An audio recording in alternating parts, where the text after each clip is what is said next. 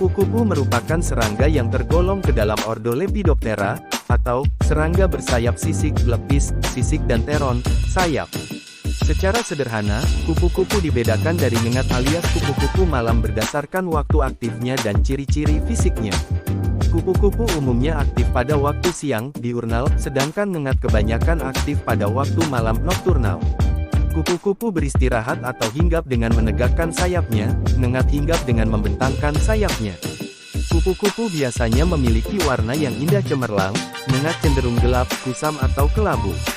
Meski demikian, perbedaan-perbedaan ini selalu ada perkecualiannya, sehingga secara ilmiah tidak dapat dijadikan pegangan yang pasti. Van Maastricht dan Rosarianto, 2005. Kupu-kupu dan ngengat amat banyak jenisnya, di Pulau Jawa dan Pulau Bali saja tercatat lebih dari 600 spesies kupu-kupu. Jenis ngengatnya sejauh ini belum pernah dibuatkan daftar lengkapnya, akan tetapi diduga ada ratusan jenis di TNDKK, 1999. Kupu-kupu pun menjadi salah satu dari sedikit jenis serangga yang tidak berbahaya bagi manusia. Banyak yang percaya bahwa kupu-kupu memiliki umur yang sangat singkat. Sebenarnya, kupu-kupu dewasa mampu hidup selama seminggu maupun hampir setahun tergantung pada spesiesnya. Kebanyakan spesies melalui tingkat larva yang agak lama, dan ada yang mampu menjadi dorman ketika dalam tingkat pupa atau telur agar dapat mengarungi musim dingin. Kupu-kupu bisa bertelur sekali atau banyak kali setiap tahun.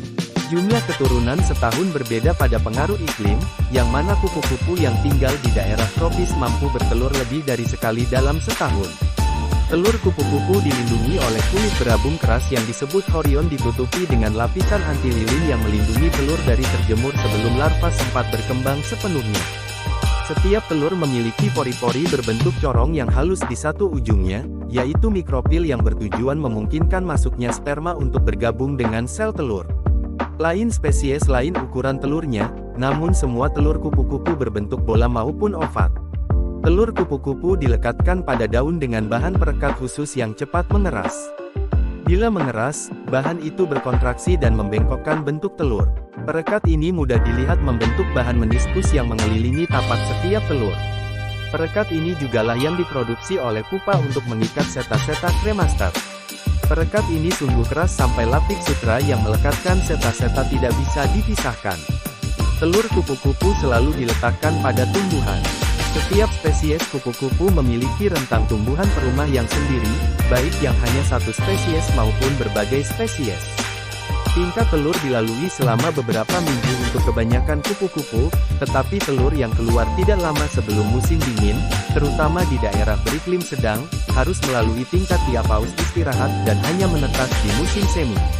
Ada spesies kupu-kupu yang lain yang bisa bertelur pada musim semi agar telur dapat menetas pada musim panas.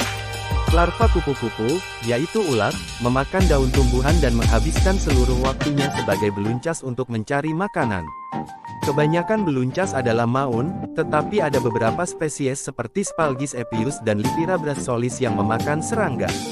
Beberapa larva, terutama yang tergolong dalam Lycaenidae, menjalin hubungan yang saling menguntungkan dengan semut. Beluncas berhubungan dengan semut dengan menggunakan getaran yang dipancarkan melalui substrat di samping merembeskan sinyal kimia. Semut sedikit banyak melindungi larva ini, sebagai balasan, larva menolong semut mengumpulkan rembesan madu. Beluncas membesar melalui serantaian tingkat yang disebut instar.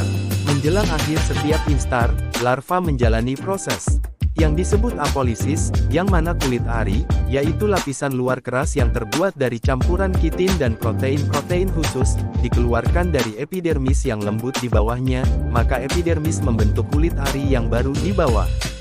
Di akhir setiap instar, larva itu bersalin kulit lamanya, maka kulit baru berkembang lalu mengeras dan menghasilkan pigmen dengan cepat. Proses menyalin kulit ini bisa memakan waktu berhari-hari. Corak kepak kupu-kupu mulai berkembang pada tubuh beluncas menjelang instar yang terakhir. Ulat kupu-kupu memiliki 3 pasang kaki tetap pada segmen toraks dan tidak lebih 6 pasang prokaki yang tumbuh pada segmen abdomen. Pada prokaki ini ada gegelang kait halus yaitu crochet yang membantu beluncas menggenggam substrat. Beberapa ulat bisa menggembungkan sebagian kepalanya supaya mirip ular sebagai langkah pertahanan. Ada juga yang dilengkapi dengan mata palsu agar lebih efisien. Beberapa beluncas memiliki struktur khusus bergelar osmeterium yang dibokongkan untuk merembeskan bahan kimia yang busuk pada tujuan pertahanan juga. Tumbuhan perumah sering mengandung bahan beracun di dalamnya yang dapat dipisahkan oleh beluncas untuk disimpan sampai tingkat dewasa agar tidak sedap dimakan burung dan predator-predator yang sejenisnya. Ketidaksedapan ini diperlihatkan dengan warna-warna peringatan merah, jingga, hitam atau putih, dalam kebiasaan yang dikenal sebagai aposematisme. Bahan-bahan beracun dalam tumbuhan sering dikembangkan khusus untuk melindungi tumbuhan dari dimakan oleh serangga. Namun, serangga berhasil mengembangkan langkah balas atau memanfaatkan toksin-toksin ini untuk kemandirian dirinya. Perlombaan senjata ini telah memicu evolusi bersama sesama serangga dan tumbuhan perumahnya.